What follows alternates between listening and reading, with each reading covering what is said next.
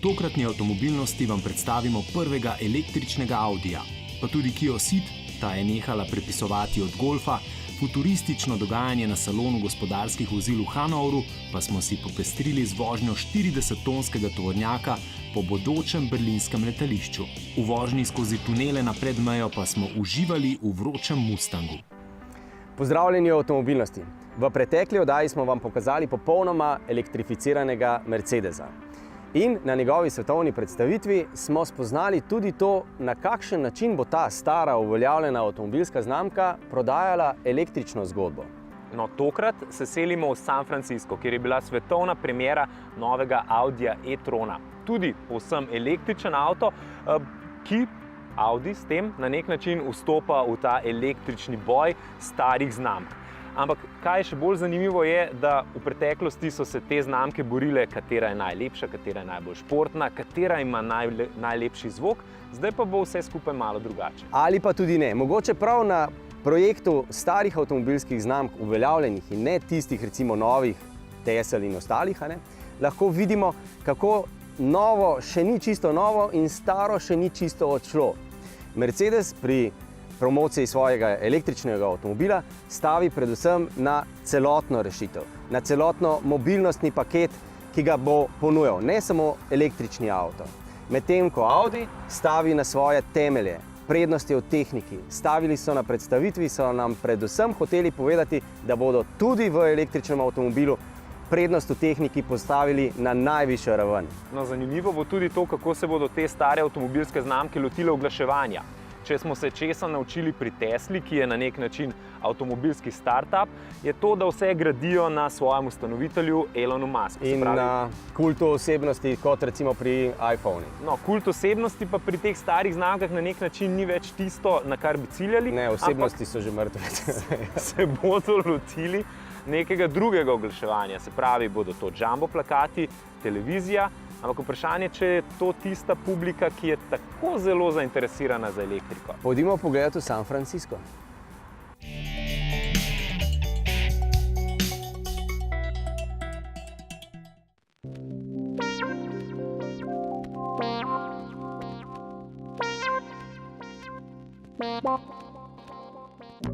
Nismo prvi. To so v San Franciscu zelo jasno priznali, a svoje delo so naredili tako temeljito kot vedno doslej. Zamenjavo energenta se ni smelo spremeniti prav nič. Audijevo sporočilo je torej povsem odkrito. Vrhunske tehnologije navajeni zvesti kupci lahko enak tehnološki nivo iz Ingolstadta pričakujejo tudi v električni dobi. Zaupanjem v blagovno znamko se pač ne gre igrati. When you achieve something remarkable, you have caught lightning in a bottle.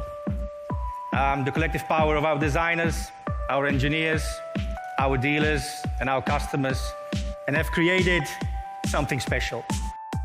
A čeprav bi glede na glasno tehno glasbo na sami premieri morda celo lahko tako sklepali, pa začasni predsednik Audijeve uprave z ujeto strelo ni imel v mislih festivala elektronsko-eksperimentalne glasbe ob enem od kalifornijskih jezer. Seveda ne. Nanašal se je izključno na nove tehnološke rešitve. In tudi glavni oblikovalec Mark Lichte ni izgubljal besed o samih linijah avta. V tem pogledu je izpostavil samo dejstvo, da je tokrat še posebej veliko črt in ploskov zaupal svojim kalifornijskim oblikovalcem v Malibuju. Pri oblikovanju so bile namreč bistvene predvsem tiste dizajnerske rešitve, ki so neposredno povezane s tehnologijo in direktno vplivajo na samo vožnjo. This car is best in class in aerodynamic.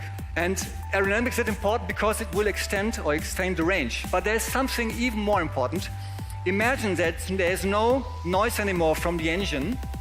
That's why you're very sensitive to hear all the wind noises.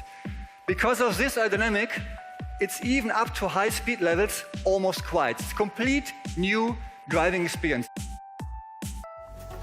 Ena od novih aerodinamičnih rešitev e-trona so recimo tudi zunanja ogledala oziroma kamere, kajti e-tron je prvi Audi, ki dogajanje za vozilom vozniku projicira na digitalen način.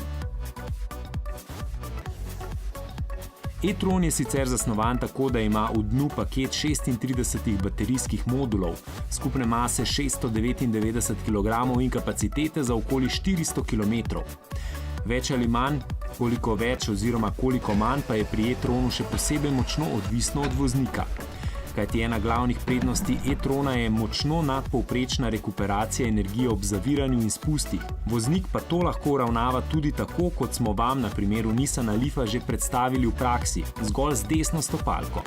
In ko zmanjka zaloge elektrike, kako hitro lahko e-trona napolnimo? Tako hitro.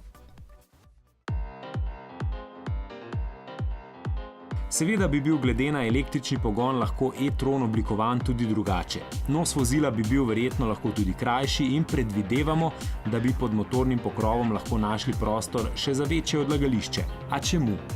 Audijci so se izredno potrudili, da bi bilo prav vse točno tako, kot so kupci navajeni, in to tisti najbolj množični lastniki modela Q5, globalno najbolj množično prodajanega, torej najbolj optimalnega Audija. To pomeni, da e-tron nudi tudi tisto, kar je Audijeva značilnost že vse od začetka 80-ih let prejšnjega stoletja – Quattro. V e-tronu je ta slavni štirikolesni pogon zasnovan nekoliko drugače, a Nemci trdijo, da bo nudil enako suverenost v vožnji. Sicer pa se ravno pri vozniških lastnostih najbolj kaže razlika med e-tronom in nedavno predstavljenim električnim Mercedesom. Če se torej malo poigramo z besedami, lahko rečemo, da kolegi iz Stuttgarta poudarjajo še zlasti novodobno avtomobilnost. V Ingolstadtu pa e-trona kažejo predvsem kot novodobni avto.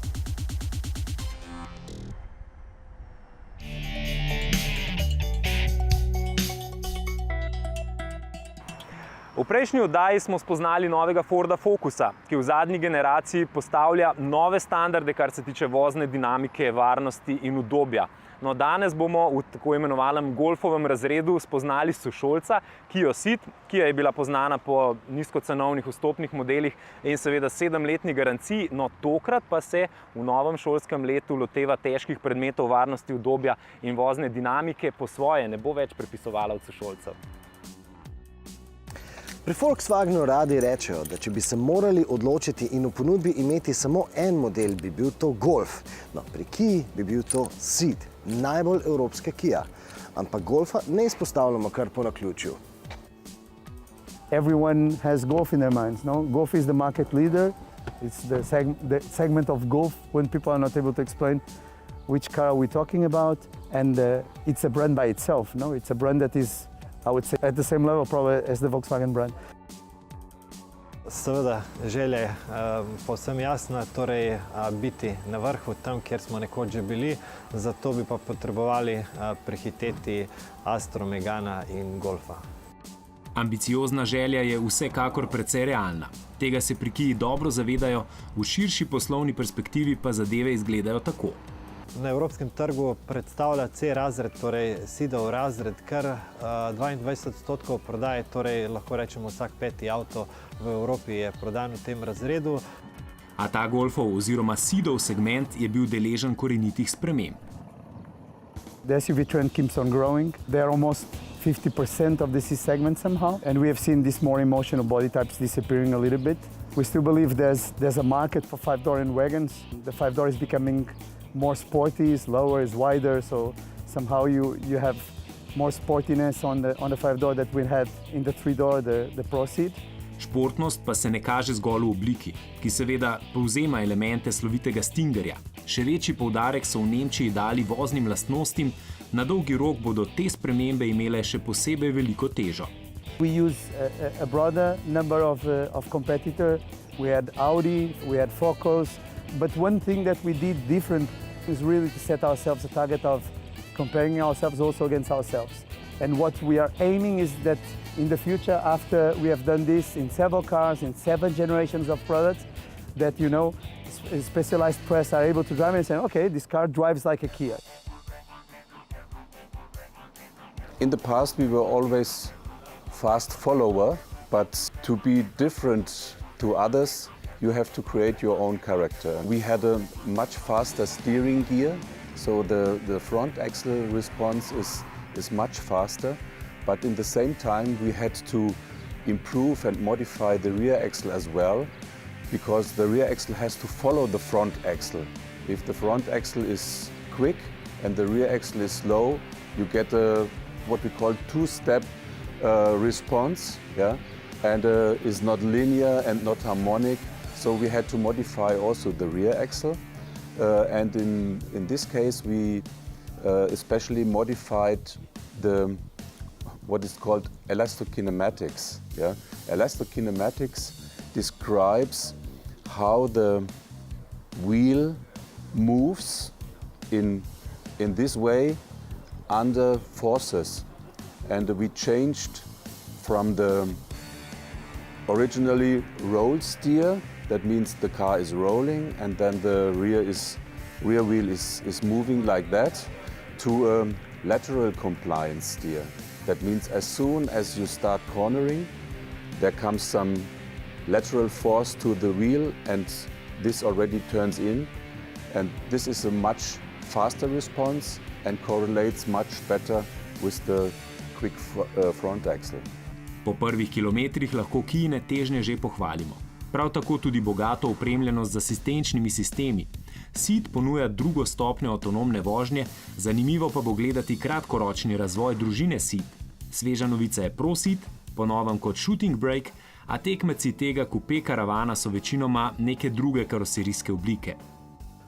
Those consumers that are slightly more advanced and they want to have something different, they are seeing that nowadays everyone has an SUV. Pa še to. Ceed in ProCeed je zdaj veliko lažje pravilno zapisati. CEED, torej CEED, pomeni Community of Europe, European Design, torej narejen v Evropski skupnosti in pa z evropskim dizajnom in se prodaja izključno na evropskem trgu. Was difficult even for us to write sometimes the name of the car, to be honest, internally. A second reason is to make it easy for consumers. Even on Google search, when people were looking for CEED, the fact that we were not using the apostrophe was jeopardizing the search of the cars. V nadaljevanju oddaje bomo z izredno kratko varnostno razdaljo vozili tovornjak in to na pol samodejen način. Predstavimo vam futuristične koncepte salona gospodarskih vozil v Hanovru, zaključimo pa na zabaven in turistično zanimiv način z vožnjo Mustanga po idilični cesti nad Vipavsko dolino.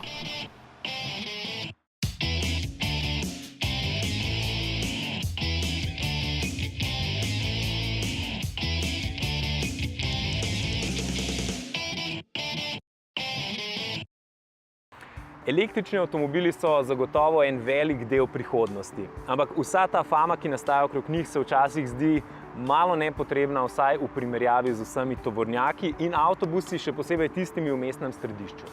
Večina stvari, ki se kot tehnološke napredne inovacije vidijo v avtomobilih, najprej zaživijo v tovornjakih, avtobusih in tudi v dostavnikih prej. In tudi z elektriko bo tako, kar ima tudi največji smisel. Z okoljskega stališča bojo dostavniki, avtobusi in tovornjaki v mestnem jedru največ pripomogli k manjši poluciji zraka, če bodo električni. No, poglejmo v Hanover, kjer poteka sejem gospodarskih vozil. Minuli teden je torej zaznamoval hanoverski salon gospodarskih vozil. Na kratko lahko povzamemo, da je bilo videti predvsem veliko izrazito futurističnih samovozečih konceptov. Naprimer, Renaultov koncept samovozečih dostavnih vozičkov, ki se lahko tudi povezujejo v konvoje, ali pa Mercedes-Benzova vizija urbanega transporta, ki temelji na električnih rolkah. Te bi se lahko naokoli vozile tudi same, a je seveda bolj smiselno, če nanje poveznemo ali potniško kabino ali pa tovorno karoserijo. Poklicni vozniki tovornjakov pa so verjetno z največjim cmokom v grlu pogledali Vero, Volvov samovozeči tovornjak, kajti ta zanje sploh nima več predvidene kabine. Tu je tudi pogon na vodikove gorivne celice, recimo Hyundaijev tovornjak, pa tudi Volkswagenov električni Crafter, ki tako dobiva elektriko iz vodika. Francoski Alstom pa je istočasno na železniške tire postavil prvi vlak s pogonom na tovrstno energijo, serijski, ne konceptni. In prav s tem serijskim izdelkom bi bil čas, da se podamo na realna tla in vam predstavimo, kaj so bližnji trendi. Preselimo se torej v Berlin. Tam smo dve najbolj aktualni tehnologiji spoznali celo v praksi. Berlinsko letališče Tegel med svetovnimi popotniki ne velja za kako posebej napredno ali pa vsaj turistom prijazno letališče. A roko na srce, že leta 2012 bi ga moralo nadomestiti Berlinu vsekakor bolj ustrezno veliko letališče Brandenburg. No, takrat so njegovo odprtje odložili za komaj nekaj tednov. Zdaj pa se pričakuje, da bodo prva Lufthansina letala poletela od tu šele leta 2020. To pa je v bistvu dobra novica za nas, saj lahko to največje gradbišče na svetu uporabljamo mi za testiranje zemeljskih vozil. Tokrat za testiranje tovornjakov iz Münchna. Platooning is saving fuel by reducing the distance between two or more trucks. So basically the first vehicle is driven manually and the other vehicles follow automatically. First of all, for platooning you need sensors to detect the preceding vehicle and other road users around. We're doing this by camera, LiDAR and radar. Next, we have to detect the road, so we are gonna need a camera and some other informations like map information. And the most important part is the communication between the vehicle. One vehicle is able to tell the other what it's gonna do next, so this really decreases your reaction time and enables you to drive at short distances. If the driver takes his hands off the steering wheel, the vehicle would continue to go automatically, but the platoon will be disconnected. So the distance is increased automatically. If the communication between the vehicles collapses, we still have an emergency braking system in the background.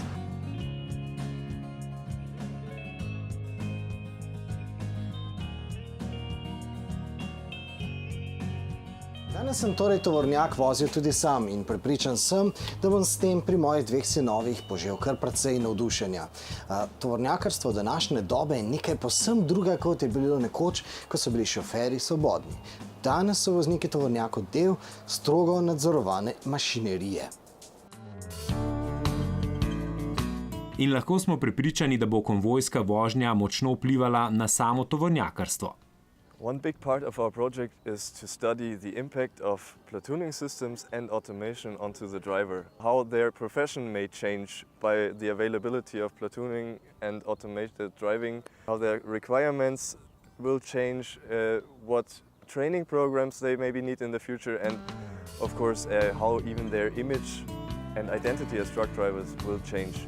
Another thing they are doing is neurophysical examinations. If you think of being in a following vehicle, most parts of your field of view will be covered by the preceding vehicle, and the driving task is performed by the machine as well.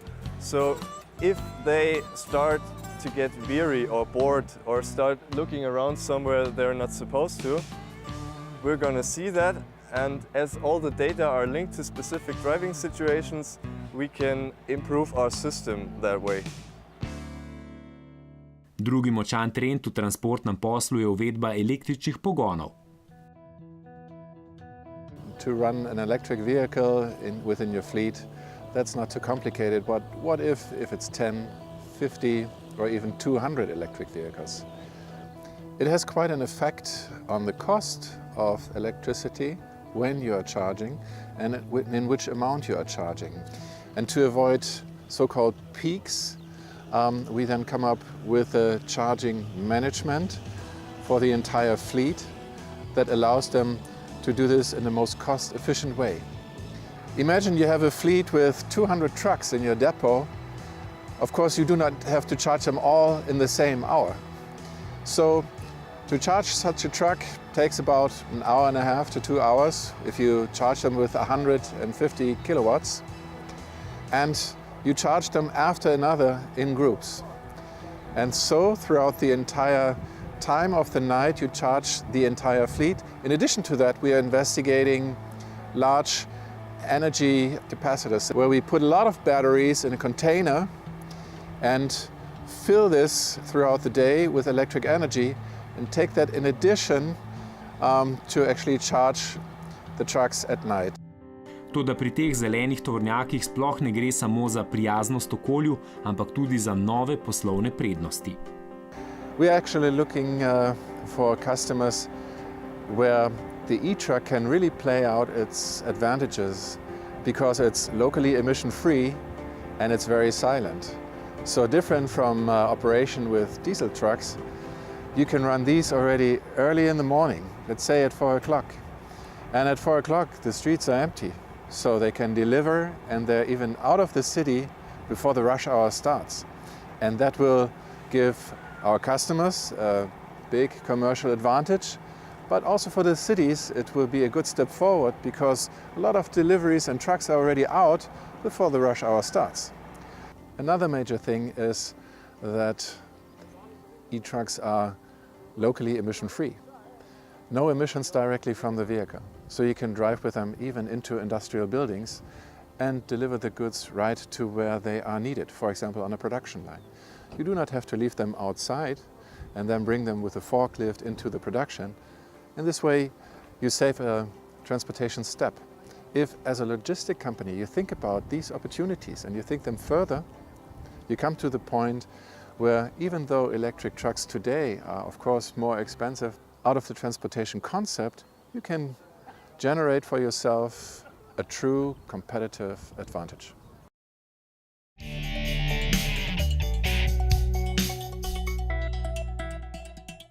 V naslednjih trenutkih pa boste na svoj račun prišli tisti, ki vam še vedno ne ustreza, da je avto čisto tih, da ne trese toliko, kot bi lahko, pa čeprav ni počasen. Avtoromantiki in filmoljubci. Gremo v San Francisco, začeli smo oddajo tam in nadaljujemo z Mustangom, ki tja sodi. Pravzaprav z novim Bullitom je postal nekakšen Mustang Land na cestah, kjer se je snemal film in zopet se vračava na to, kako je avtomobile nekoč se prodajalo, tudi skozi filmsko industrijo in verjetno se bo tudi električne na enak način. Govoriva o filmu Bullitt, kjer je Steve McQueen drvel skozi San Francisco in po tistih idiličnih cestah. No, mi tokrat Mustanga nismo šli peljati v San Francisco, ampak naše ceste morava poudariti, nič kaj dosti ne zaostajajo. Ne, Predmeja, Lokavc, odlične lokacije za Mustang. Mustang ni samo avto. Mustang je zgodba. Zgodba, ki je sploh ne vzameš v roke, da bi izvedel, kakšen bo konec. Je tiste sorte zgodba, za katero bi rad, da se ne bi nikoli končala. Oguljena fraza, da je pot pravzaprav cilj, je tu res zelo na mestu. Mustangova zgodba pa je izredno večplastna. Lahko je napeta kot Nesbojeva kriminalka, če greš do konca, zna biti srhljiva, največkrat pa je popotniška v stilu Thelme in Louise. V mestu je trendovsko modna, tudi zvezdniško rumena je lahko. In čeprav je ta objekt poželenja razmeroma dostopen, je kljub temu željan celo v visoki družbi. Zanimivo, da je všeč celo intelektualcem, pravijo, da v sebi skriva številne sociološke, etnološke, zgodovinske, ekonomske anekdote. Nikaj. Mustang je Dr. Feelgood. Avto, v katerem se nemudoma počutiš dobro, pri tem pa je povsem nepomembno, kaj je tisto, kaj konkretno v danem trenutku spodbuja te pozitivne občutke. A tako vsestranski je Mustang postal še zlasti z letošnjo prenovo. Doslej je bilo namreč precej pomembno, da si se vnaprej odločil, ali želiš podivjanega Bullitta, Eleanor, Bondovega Mustanga Mach-1 ali pa prijaznega kabrio zabavneža za vsak dan. Ugradili so mu namreč izbirnik značaja avtomobila, tako imenovani Magne-Ride. Tako je ta kabrio Mustang v vsakdanjem prometu lahko čisto prijazna dinamična križarka s povsem prijazno porabo goriva 7,5 na 100 km. Ko pa voznik vključi program Sport Plus ali pa celo Race Mode, šele takrat Mustang postane polnopraven član Fordove performance druščine modelov. Šele v tem načinu se Mustang v ovinkih lahko kosa s Focusom ali Fiesto ST. Športen značaj je torej v Mustangu zgolj na zahtevo. V različici GT je v meniju možno izpušne decibele celo močno pritajiti, da po noči ne zbudite sosedov. In ko smo ravno pri GT-ju, seveda ga priporočamo. Če hočete tisto pravo ameriško športno mišičasto doživetje, je V8 nuja. A z novo tehniko, med drugim tudi z obveznim 10-stopenjskim menjalnikom, se je dostopnejši Mustang EcoBoost otresal etike pozerja. Lahko vam da več, kot pričakujete, a če ne boste rekli, tega ne boste dobili. To pa je v bistvu pohvalno, kaj ne?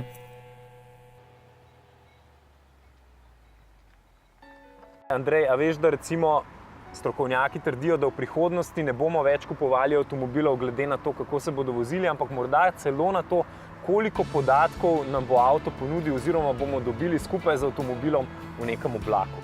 računajo na to, da kar 40% tistih, ki danes kupujejo premijske znamke, se pravi, da so navezani na eno od obstoječih avtomobilskih znamk, v prihodnosti ne bo kupila več avta, če ta ne bo ponujal celotnega informacijskega ekosistema, kar je pa to, kar smo že govorili in o čemer bomo očitno v tej stari, novi prihodnosti še veliko govorili, da se avtomobilska industrija v veliki meri naslanja na to, kar se je zgodilo pri telefoniji, ki je iz klasičnega telefona prišla v računalniško ero pametnih telefonov in ves ekosistem informacij, ki jih imamo na telefonu, z bančništvom, z nakupovanjem in z vsemi drugimi informacijami, ki jih ta naprava ima o nas, morajo najti mesto tudi v avtomobilu, kjer bo avtonomna vožnja kar klicala potem, da kupujemo, gledamo filme, poslujemo, in ko si ne vozimo. Ko si ravno pri celotnem ekosistemu, oddaja Avtomobilnost bo spet naslednji četrtek na televiziji Slovenija, ampak vmes lahko seveda klikate na MMC za Vihak Avtomobilnost, kjer so zanimivi članki, tudi malo podaljšani testi in pa seveda najdete nas tudi na YouTubeu, Instagramu in Facebooku. Do naslednjič.